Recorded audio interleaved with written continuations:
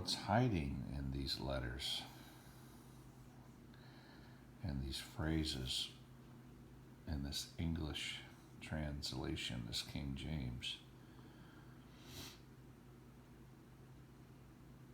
is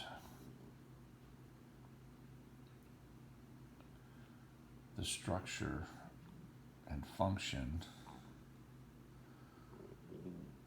and infinity of the cosmos.